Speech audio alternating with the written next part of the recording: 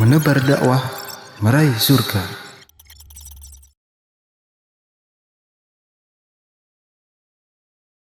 Assalamualaikum warahmatullahi wabarakatuh. Para pemirsa sekalian dimanapun Anda berada dan juga para pendengar Radio Tarbiyah Sunnah 1476 AM dimanapun Anda berada, kembali di POTS atau Podcast Tarbiyah Sunnah. Dan kali ini kita sedang bersama guru kita, yaitu Ustadz Yusuf Abu Ubaidah As-Sidawi Hafidhullah Ta'ala.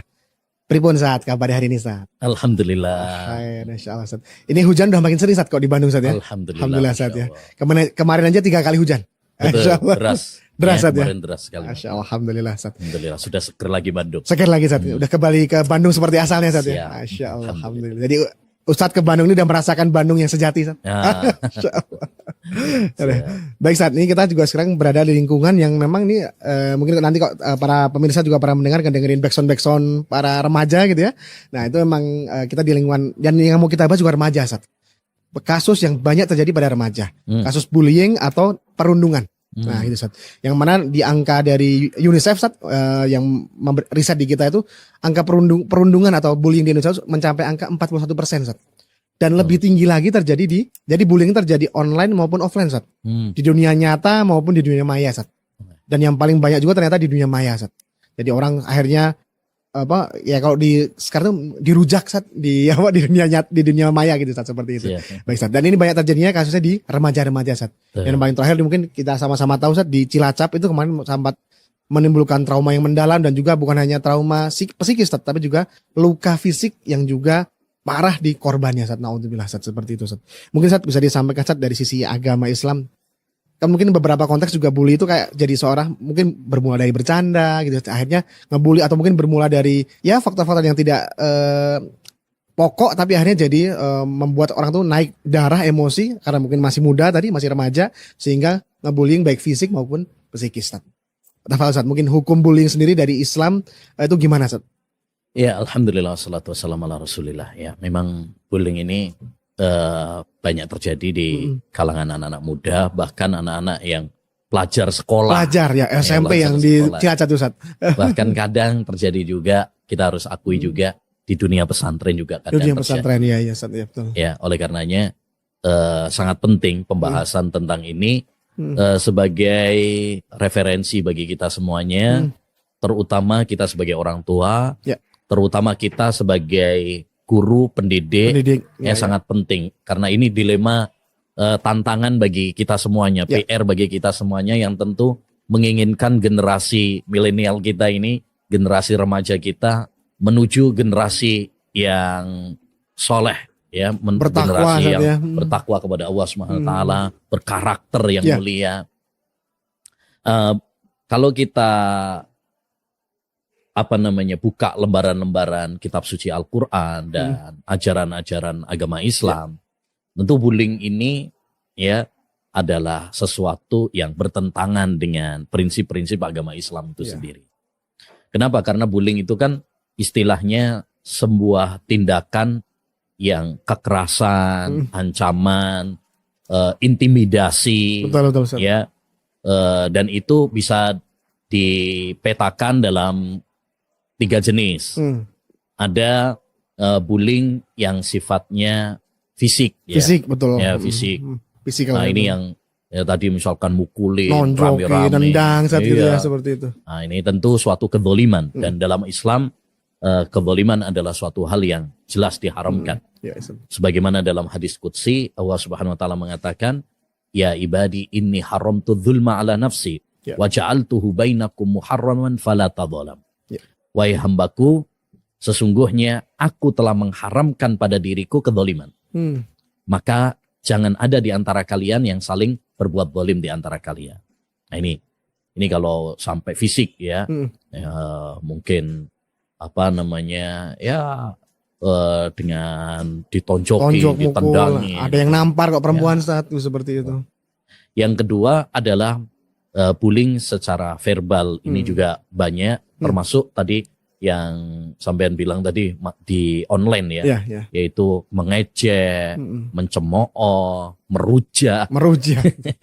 Ya ini juga banyak memang ya kan, celaan-celaan. Dan ini sebenarnya bisa jadi ini lebih tajam daripada lebih menyakitkan daripada di fisik gitu ya. Karena kadang-kadang ucapan itu lebih ya menyayat hati. Lidah lebih tajam daripada lebih tajam daripada pedang, pedang. gitu ya. Jadi dan ini pun di dalam Islam sudah dilarang ya, mengejek, mengolok-ngolok itu dilarang dalam agama Islam. Dalam surat Al-Hujurat Allah Subhanahu wa taala mengatakan ya ayyuhalladzina amanu la yashar qaumun min qaumin asa ayyakunu khairam minhum wala nisa'um min nisa'in asa ayyakunna khairam minhun wala talmizu anfusakum wala tanabazu bil alqab bi'sal ismul fusuqu ba'dal iman. Wahai orang-orang yang beriman, ya janganlah kaum laki-laki mengolok-ngolok laki yang lain. Ya. Karena bisa jadi yang diolok-olok itu lebih baik daripada yang mengolok-ngolok. Begitu juga perempuan, jangan suka mengolok-ngolok perempuan yang lain. Bisa jadi yang diolok-olok lebih baik daripada wanita yang mengolok tadi. Ya. Kemudian kata Allah SWT, jangan kalian mencela ya diri kalian dan jangan kalian saling memberikan gelar-gelar. Nah ini, dasar tolol lo, ya dasar goblok lo, misalkan. Dungu saat ya. Dungu. Kadang-kadang keluar kata-kata binatang. Ya. Ini masuk di dalam ayat ini yang tentunya adalah dilarang. Bahkan ayat ini dimulai oleh Allah SWT dengan panggilan wahai orang-orang yang beriman. Ya. Yang itu artinya bahwa ini merupakan konsekuensi keimanan. Artinya siapa yang melanggar ayat yang mulia ini berarti ada yang nggak beres dalam keimanannya. Gitu.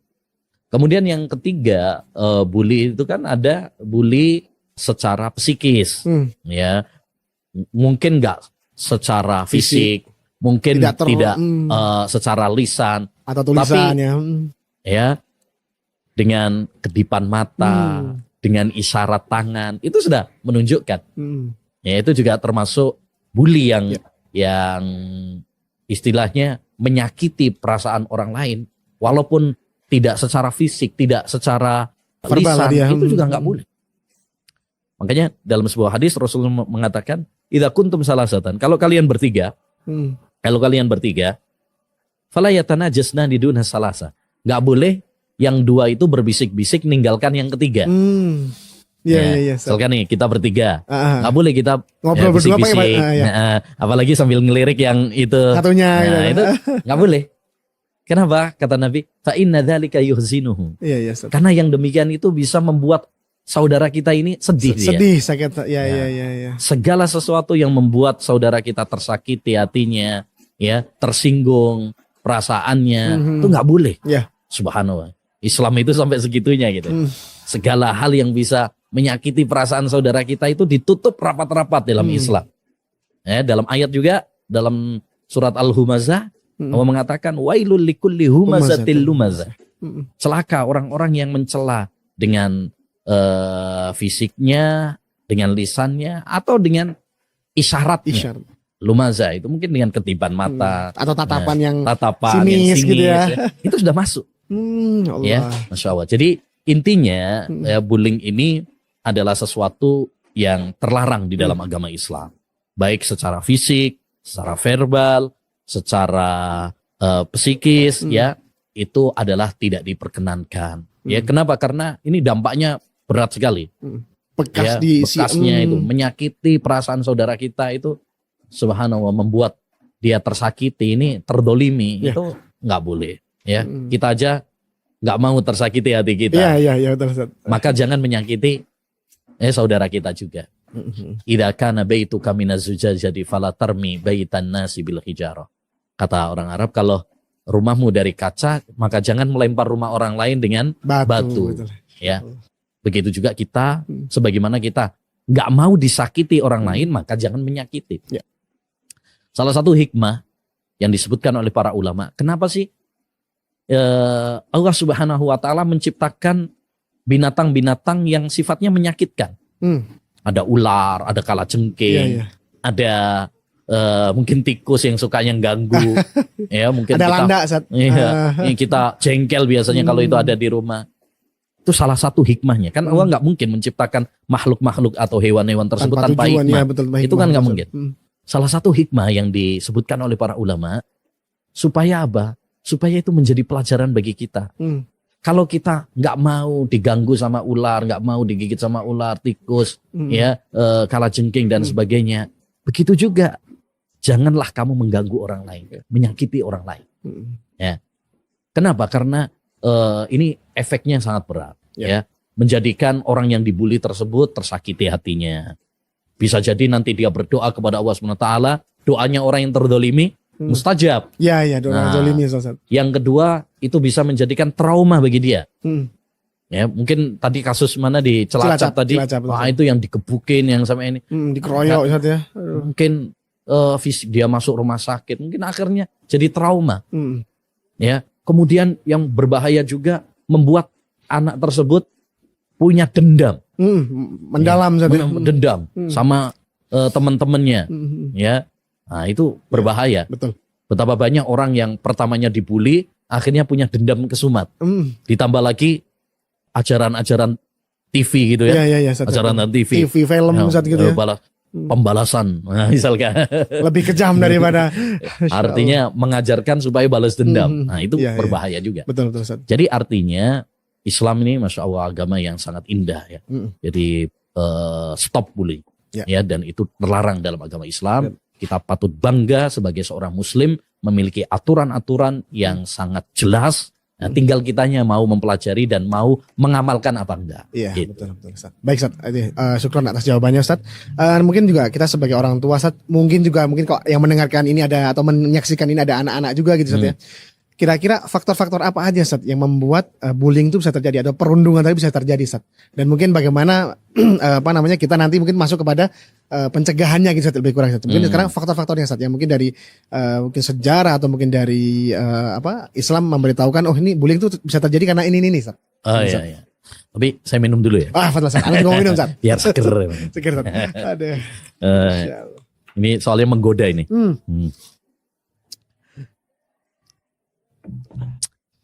Masya Allah. Segar, tambah semangat. Taib. Iya, segala sesuatu itu kan pasti ada sebabnya. Ya, betul, dan kita penting untuk tahu tentang sebab terjadinya bullying misalkan. Supaya kita bisa melakukan pencegahan. Ya, melakukan pencegahan. Sebelum itu terjadi. Ya. Jangan sampai kita nunggu terjadi dulu gitu ya. Nah, ada beberapa sebab faktor yang menyebabkan terjadinya bullying itu ya. Salah satunya tentu kurangnya pendidikan pada keluarga. Pada keluarga. Ya, makanya di sini peran dari orang tua ya. Mari kita ajarkan anak-anak kita ya agar menjadi anak-anak yang berkarakter. Ingatkan kepada mereka bahwa bullying ini adalah terlarang. Kalau anak-anak kurang pendidikan, kurang ditanamkan masalah-masalah seperti ini, ya akhirnya lahirlah generasi-generasi yang mungkin dia dari sisi nilai akademisnya bagus, mungkin dia malah penghafal Quran, ya. Tapi kalau nggak ditanamkan pendidikan agama, pendidikan akhlak pada diri mereka, lahirlah generasi-generasi yang akhirnya kemudian tadi melakukan kekerasan-kekerasan. Jadi faktor yang pertama adalah kurangnya pendidikan. Edukasi ke anak juga. Edukasi kepada anak ini kurang gitu. Yang kedua adalah salah pergaulan. Ya, salah pergaulan. Makanya anak ini kan gampang terpengaruh. Ya. Namanya anak ya. Dia lihat temennya bully, ya akhirnya ikut-ikutan. Ya, benar kata Nabi SAW. Almar'u ala dini khalili, falyandur ahadukum man yukhalil. Orang itu berdasarkan agama temannya. Maka hendaknya dia melihat dengan siapa dia berteman. Karena kata orang Arab, as-sahibu sahib. Teman itu sangat sahib, menyeret, mempengaruhi, mewarnai. Ya, kalau teman kita berteman dengan orang-orang atau teman-teman pergaulannya adalah anak-anak yang nakal, anak-anak yang berandalan, ya ketularan juga. Ya, ketularan karena anak ini gampang terpengaruh, ya, dan pengaruh teman ini luar biasa. Betapa banyak anak-anak lebih terpengaruh sama temannya daripada sama orang tuanya. Iya, betul. Soalnya betul. Iya. Orang tuanya mungkin jarang ketemu, tapi dia di sekolah, di luar sama temennya, Ya, betapa banyak anak yang tadinya lugu, ya, Lurus soleh, aja. nurut sama orang tua, berteman dengan, mohon maaf, misalkan yang rokokan ya jadi Rokokan. rokok, Yang minuman yang minum juga. minum ya jadi peminum, yang narkoba ya jadi narkoba. Tergantung dengan siapa dia Iya, berteman. iya, Ustaz. Begitu juga kalau dia berteman sama anak-anak yang berandalan, yang suka bully temennya, ya akhirnya terpengaruh juga gitu. Nah ini faktor yang kedua. Faktor yang ketiga ini adalah faktor tontonan, media-media. Iya, iya, iya. Nah iya, ini Ustaz. juga berpengaruh, ya berpengaruh. Dia melihat film-film misalkan sinetron-sinetron Postingan-postingan ini yang dia, Ustaz. suka misalkan di sekolah dia mengajarkan bullying kepada temannya. Secara tidak langsung anak Iya, iya. itu akhirnya apa? Pengen niru. Pengen niru. Praktekin Ustaz ya. Iya, pengen Allah, praktekin. astaga. Weh, seru juga ya jadi misalkan jadi ketua geng misalkan. Dan geng itu terjadi saat di sekolah-sekolah saat ada Nah, iya. geng A, geng B, geng C. Betul. Kalau di Bandung ini ada sampai geng motor tuh Betul. banyak Nah, anak itu. SMP SMA Ustaz. Betul. Seperti Nah itu. itu. Kayaknya seru nih. Nah, niru. Makanya ya ini juga untuk para apa namanya ya pegiat media, demikian juga apa yang punya televisi ya, berilah tontonan-tontonan yang bermutu, Berkualitas, yang benar, Ustaz. berkualitas, Yang mendidik, Ustaz, ya. mendidik, berkarakter. Jangan memberi tontonan-tontonan film-film atau sinetron-sinetron yang isinya ngejak tawuran ya di sekolah. Anak di televisi ya, televisi yang disuting sekolah. Tapi di sekolah di situ bukan diajarkan gimana belajar yang baik, enggak. Diajarkan bagaimana tengkar, bagaimana pacaran. Ini film-film ya picisan seperti ini yang secara tidak langsung akhirnya mempengaruhi pada anak kita. Iya, iya. Makanya ini penting bagi ya orang-orang yang punya ya produksi film ya, Karyanya lewat film gitu. karyanya berikan ya karya-karya yang bagus yang mendidik. Jangan karya-karya yang mempengaruhi kerusakan moral pada Merusak moral generasi anak-anak kita. Iya, iya, Ustaz.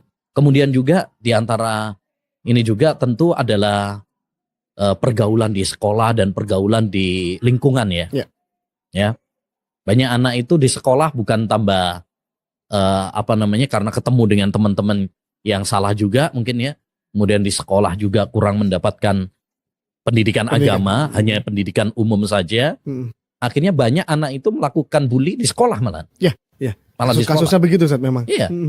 Malah di sekolah. Kenapa? Karena di sekolah itu pertama kita harus akui juga bahwa pendidikan sekolah di kita ini terlalu memberatkan pendidikan umum. Pendidikan agamanya kurang. Porsi agama, porsi karakternya juga kurang. Iya, kurang. Iya, betul ya. Ya. Padahal pengennya untuk reformasi mental, revolusi mental, revolusi karakter, ya. Tapi pendidikan agamanya kurang ya, nggak berhasil, ya nggak berhasil. Sehingga banyak bully itu malah di sekolah. Kemudian lingkungan di masyarakatnya, ya. Oleh karenanya, ya ini PR berat juga bagi kita sebagai institusi guru. sekolah saat ya, Iya. betul. Pendidikan, Harus betul-betul pendidikan.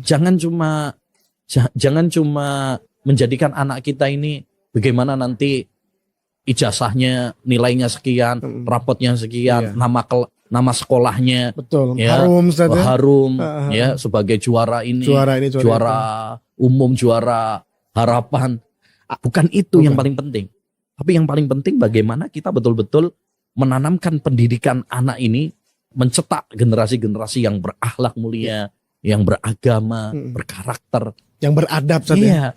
Jadi jangan cuma nilai-nilai angka akademis saja. Iya betul Ustaz. Mendingan dia berkarakter yang baik, dia mengamalkan ilmu agama, ya walaupun mungkin nilai akademisnya kurang, daripada tinggi akademisnya, nilainya, rapotnya, nilai ijazahnya, tapi dia nggak punya karakter dalam. Iya betul Ustaz. Nah, makanya ini PR.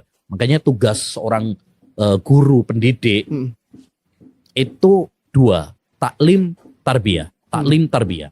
Taklim itu artinya mentransfer ilmu. Ya. Mentransfer ilmu. Kita mentransfer ilmu tentang akidah, tentang fikih, tentang akhlak. Tapi tidak cukup sampai di situ juga. Yang kedua adalah, nah ini yang paling berat. tarbiyah, Tarbiyah. membina, mendidik. Nah ini yang paling berat.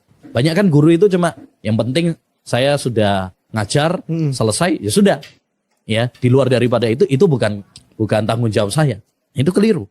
Guru yang baik adalah bagaimana dia bisa mentransfer ilmu untuk murid-muridnya dan juga bisa mendidik, menanamkan nilai-nilai Islam, nilai-nilai akhlak, karakter yang mulia kepada anak-anak didik kita. Nah, ini yang perlu menjadi PR bagi institusi pendidikan saat itu juga. Institusi pendidikan, Orang pondok tua, pesantren, para lembaga ustadz ya, pendidikan. Ustadz ya. Iya. Betul. Jadi itu saya kira faktor-faktor inti kenapa terjadi bully itu Betul, ya. Ustadz. Nah. Jadi jangan sampai akademisnya cum laude ya, tapi akhlaknya kemelut, Ustadz ya. Seperti itu. Ya begitulah. Baik, Ustadz. Tadi kalau bicara faktor-faktor, Ustadz, tentu kita butuh solusi, Ustadz ya. Iya. Hari ini yang mungkin bagaimana orang tua juga bisa menempuhnya, menjalaninya gitu ya. Dan anak-anak pun juga turut menjalankan apa yang menjadi solusi bagi kasus bullying ini saat seperti itu. Iya. Dan juga institusi pendidikan ataupun secara keseluruhan masyarakat bisa mempraktekkan bagaimana mencegah terjadinya bullying baik di kalangan remaja ataupun di kalangan yang tidak remaja seperti itu. Gimana Ustadz, solusinya dari Islam? Solusinya mungkin kebalikannya dari tadi Yang ya. tadi ya, yang faktor tadi saja. Ya, mungkin yang pertama adalah bagaimana kita betul-betul menanamkan pendidikan kepada anak ya, menanamkan pendidikan agama, menanamkan pendidikan akhlak, dan ini tentu tanggung jawab kita bersama. Bukan institusi pendidikan saja, Bukan hanya betul. sekolah saja, bukan hanya orang tua saja, tapi kerjasama semua pihak. Ya, bagaimana kita betul-betul menanamkan pendidikan kepada anak kita, terutama orang tua, karena pendidikan itu tanggung jawab utamanya adalah tanggung jawab orang tua. Allah Subhanahu wa taala mengatakan, ya ayyuhalladzina amanu qu anfusakum wa ahlikum nara wa quduhan nasu wal hijarah. Wahai orang-orang yang beriman, lindungi diri kalian, jaga diri kalian dan keluarga kalian, istri dan anak-anak kalian dari api neraka yang bahan bakarnya adalah manusia dan batu-batuan. Kata Ali bin Abi Thalib, ay allimuhum wa addibuhum. Ajari mereka, didik mereka. Nah, maka tugas kita sebagai orang tua bagaimana mendidik anak-anak kita. Ya. Yang paling utama seperti tadi yang sudah kita sampaikan, bukan hanya pendidikan dunia. Tapi yang paling penting itu adalah bagaimana menanamkan agamanya, tanamkan tauhidnya, tanamkan ibadahnya. Ya, anak dilatih sejak dini untuk sholat. Ya, seperti kata Nabi, muru auladakum bis sholat wahum abna'u sab'in. Perintahkan anak kalian sholat kalau sudah berumur 7 tahun. Pukul mereka kalau sudah 10 tahun nggak mau sholat. Ya. Kemudian yang kita tanamkan juga karakter, akhlak yang mulia. Bagaimana adab kepada orang tua, bagaimana adab kepada teman, bagaimana adab kepada saudara, kepada orang tua. Ini diajarkan, ditanamkan sejak dini. Insya Allah kalau anak-anak ini ditanamkan pendidikan agama, pendidikan akidah, pendidikan akhlak yang mulia sejak dini, ya sejak dini sudah ditanamkan. Insya Allah ini akan menjadi modal paling penting bagi dia, membekali dirinya untuk tidak melakukan aksi-aksi bullying tadi. Kenapa? Karena dia ngerti, oh ini nggak boleh. Dia misalkan mau jotos temennya, oh kan dia sudah diajar itu nggak boleh berbuat dolim sama orang. Ya, mau menjelekkan temennya, loh itu kan. Mau ngata-ngatain temennya, gitu. Jelekan kan nggak boleh. Ya, jadi ini yang perlu kita tanamkan sejak dini, baik bagi orang tua, baik bagi guru, ya. Ini yang perlu kita tanamkan dan ini yang solusi paling utama, ya, menanamkan nilai-nilai agama, pendidikan akhlak kepada anak kita. Yang kedua tentu kita harus mengontrol pergaulan anak-anak kita tadi. Jangan cuek ya sama teman-teman anak-anak. Kita sebagai orang tua, terserahlah anak udah besar, dia sudah bisa milih sendiri. Jangan. Kita harus mengarahkan kepada anak-anak kita. Karena pengaruh teman ini luar biasa. Jangan sampai orang tua nggak tahu siapa teman anaknya sebelum dia nyesel. Banyak orang tua dia acuh tak acuh terhadap pergaulan anaknya, akhirnya apa? Nyesel. Kenapa? Karena ternyata anaknya di luar sana bergaul nggak benar dan itu berpengaruh, ya 180 derajat bisa merubah pada karakter si anak yang tadinya lugu, soleh, pendiam. Ya, karena salah pergaulan, orang tua akhirnya kaget. Ada pernah diceritakan itu ada orang tua, ya kurang perhatian, sibuk dengan dunia ini. Dia punya 5 anak, nggak taunya anaknya pecandu narkoba semuanya. Ya, Dia nggak kurang perhatian dengan siapa dia. Anaknya berteman dengan siapa, nggak peduli. Hanya ngejar dunia, kerja. Yang penting saya ngasih makan, yang penting saya nyekolahkan. Tidak cukup sampai di situ. Ya, tanggung jawab orang tua. Jadi harus betul-betul mencarikan teman yang baik untuk anak kita. Kemudian yang ketiga tentu tadi tontonan. Ya, kita harus betul-betul mengontrol juga anak-anak kita tontonannya. Apalagi zaman sekarang kan semua anak punya HP. Betul, bebas. aksesnya sangat mudah, betul Ustaz. Betul Iya. sekali Ustaz. Termasuk game-game itu loh ya. Iya. Kadang-kadang game itu kan ngajarin ngajarin jotos orang. Nah itu akhirnya juga berpengaruh. Ya berpengaruh. Ya namanya anak, dia ingin mempraktekkan apa yang dia tonton. Ya maka sebagai orang tua juga kita harus membatasi. Ya tentu kita akan menghilangkan anak kita dari tontonan, dari gadget itu berat. Ya zaman sekarang ini kalau anak nggak pakai gadget mungkin bisa, tapi berat sekali. Ya. Tapi setidaknya kita sebagai orang tua harus ada pembatasan, kontrol, kendali ya. Misalkan waktunya, ya nggak harus setiap hari, misalkan ya seminggu sekali misalkan. Terus yang kedua tontonannya, kita apa yang boleh ditonton, apa yang tidak boleh ditonton. Bagi orang tua harus mengfilter gitu, mengfilter. Kemudian yang ketiga juga adalah tempatnya. Ya tempatnya. Maksudnya tempatnya itu jangan sembunyi-sembunyi malahan. Justru kamar sendirian gitu. Bahaya itu Ustaz ya. Iya.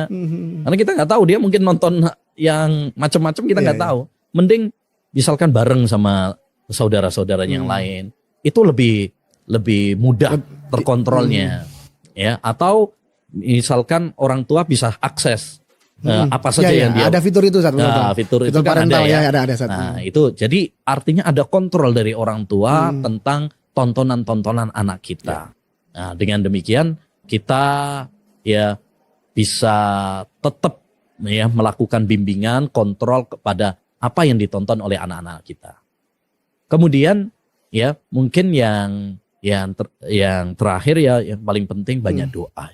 Doa. Banyak doa supaya anak-anak kita ini dijaga oleh Allah SWT, baik sebagai korban bullying atau pelakunya. Ya, banyak doa. Kenapa? Karena yang bisa melindungi anak-anak kita ini hanya Allah SWT. Ya, yang bisa merubah anak-anak kita adalah Allah SWT. Maka sebagai orang tua tentu harus ya, apalagi zaman kita zaman yang penuh dengan fitnah, ujian, tantangan. Jangan lupa banyak berdoa kepada Allah SWT untuk kebaikan anak-anak kita. Ya, mudah-mudahan mereka menjadi anak-anak yang soleh, menjadi anak-anak yang solehah, dijaga dari segala kerusakan, dijaga dari segala bentuk tindakan kekerasan, ya, dan lain sebagainya. Gitu.